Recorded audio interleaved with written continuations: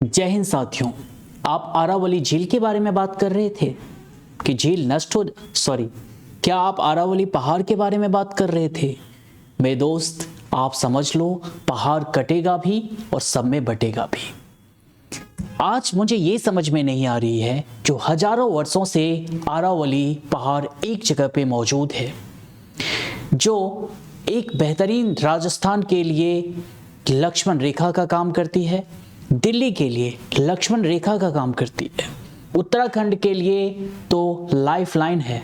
अगर आरावली झील को कुछ भी नुकसान पहुंचता है तो उत्तराखंड का नामो निशान मिट सकता है, और यहाँ तक कि बिहार और उत्तर प्रदेश के भी बुरा हाल शुरू हो सकता है।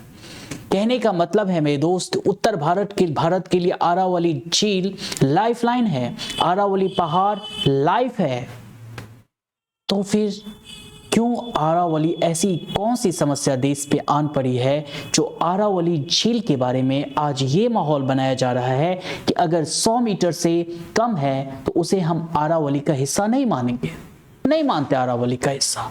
100 मीटर से ज्यादा कितने हैं? ओनली 7%। तो मेरे दोस्त, और मीडिया वालों ने तो पहले ही माहौल बनाना शुरू कर दिया है कि आरावली झील खत्म होने के बाद क्या क्या विकास देश में हो सकता है। जरूर हो सकता है साहब, आरावली के बहुत सारे नुकसान हैं, क्योंकि आरावली पहाड़ तो आज बना है, 2014 के बाद ही तो बना है साहब। ये हजारों सालों से है। अंग्रेज तक ने इस पहाड़ को लूटने की हिम्मत नहीं की।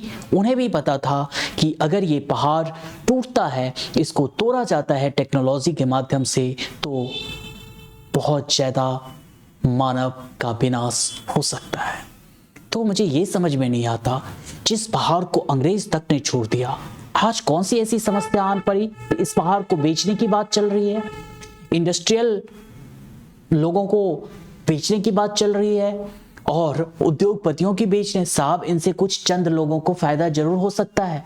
उन चंद लोगों के बारे में बता दूं कि उनके परिवार यहाँ नहीं रहते, उनके बच्चे विदेश में पढ़ते हैं। वो कब विदेश स्विच हो जाए, कब विदेश शिफ्ट हो जाए, नहीं पता। लेकिन हिंदुस्तान के उन गरीब जनता का क्या, जो 5 करोड़ से ज्यादा लोग उससे प्रभावित होंगे, उनका क्या? साहब, ऐसे नहीं होता है।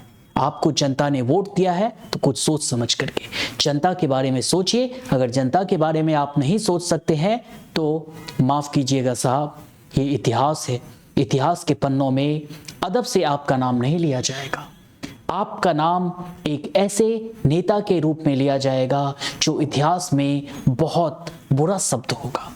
तो मेरी आपसे गुजारिश है कि ऐसा अन्याय, ऐसा कुचक्र करने की कोशिश ना करें कुछ चंद लोगों के दबाव में कि इतिहास के पन्नों में आपका नाम एक बेकार राजनेता के पन्नों में, नाम में दर्ज हो जाए।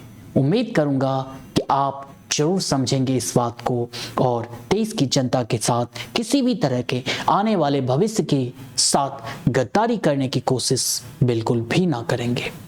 Wish you all the best. Thank you. जय हिंद।